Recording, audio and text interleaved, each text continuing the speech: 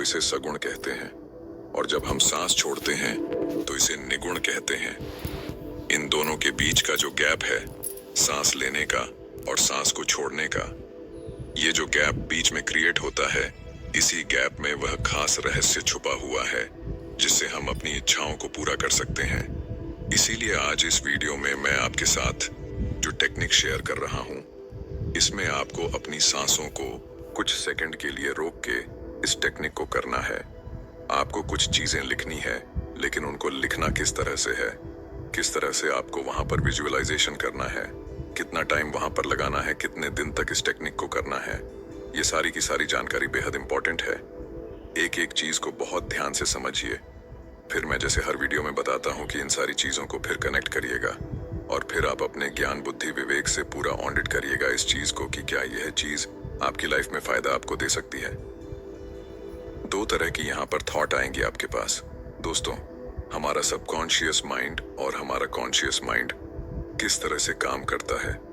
पहला थॉट यहाँ पर आपके पास ये आएगा कि ये चीज कॉन्शियस माइंड ये कहेगा कि ऐसा नहीं हो सकता,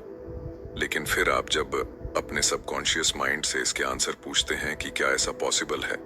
तो आपका सबकॉन्शियस माइंड आपको बताएगा कि देखो, अगर आप विपासना टेक्निक ले, आप रेकी ले, या आप हिप्नोसिस ले, या आप एनएलपी ले, या आप कोई और मैनिफेस्टेशन की टेक्निक ले, और भी बहुत सारी टेक्निक है, लेकिन इन सारी टेक्निक में कहीं ना कहीं आपकी सांसों के ऊपर काम हो रहा है, डायरेक्टली और इनडायरेक्टली। स्वर विज्ञान भी यही कह रहे हैं कि आपका जो सांस लेने का और सांस छोड़ने का जो बीच में गैप है, या जो आप सांस आपने रोक के रखी है, उस टाइम पर आप जो भी मैनिफेस्ट करते हैं और वहां पर भी आपका जो ध्यान है वह आपकी चंद्र नाड़ी के ऊपर हो, यानी कि लेफ्ट नोज के ऊपर हो, यानी कि लेफ्ट नोज से आपकी सांस आ जा रही हो। यहाँ कई सारे लोग जो स्वर विज्ञान को और ज्यादा डिटेल में जानते हैं, वो एक ऑब्जेक्शन क्रिएट करते हैं कि स्वर विज्ञान में तो ये कहा गया है कि हमारी जो चंद्र नाड़ी है या हमारी जो सूर्य नाड़ी है, यह इस टाइम पर चलती है। मैं सभी की बात का सम्मान करता हूं, लेकिन मैं ये कह रहा हूं कि क्या आपको मेडिटेशन करने के लिए जब पुराने टाइम में कोई ऋषि मुनि मेडिटेशन करते थे, आप जिस भी धर्म से बिलोंग करते हैं, आपके कोई रोल मॉडल है, आपके कोई इष्ट देवता है, तो क्या वह एक पर्टिकुलर टाइम का इंतजार करते थे या अपनी मेडिटेशन को हमेशा करते रहते थे? अपनी जो भी पूजा पाठ है उसको करते रहते थे। आपके अंदर से आपका सबकॉन्शियस माइंड यहाँ यह भी जवाब देगा, उसी बात की तरह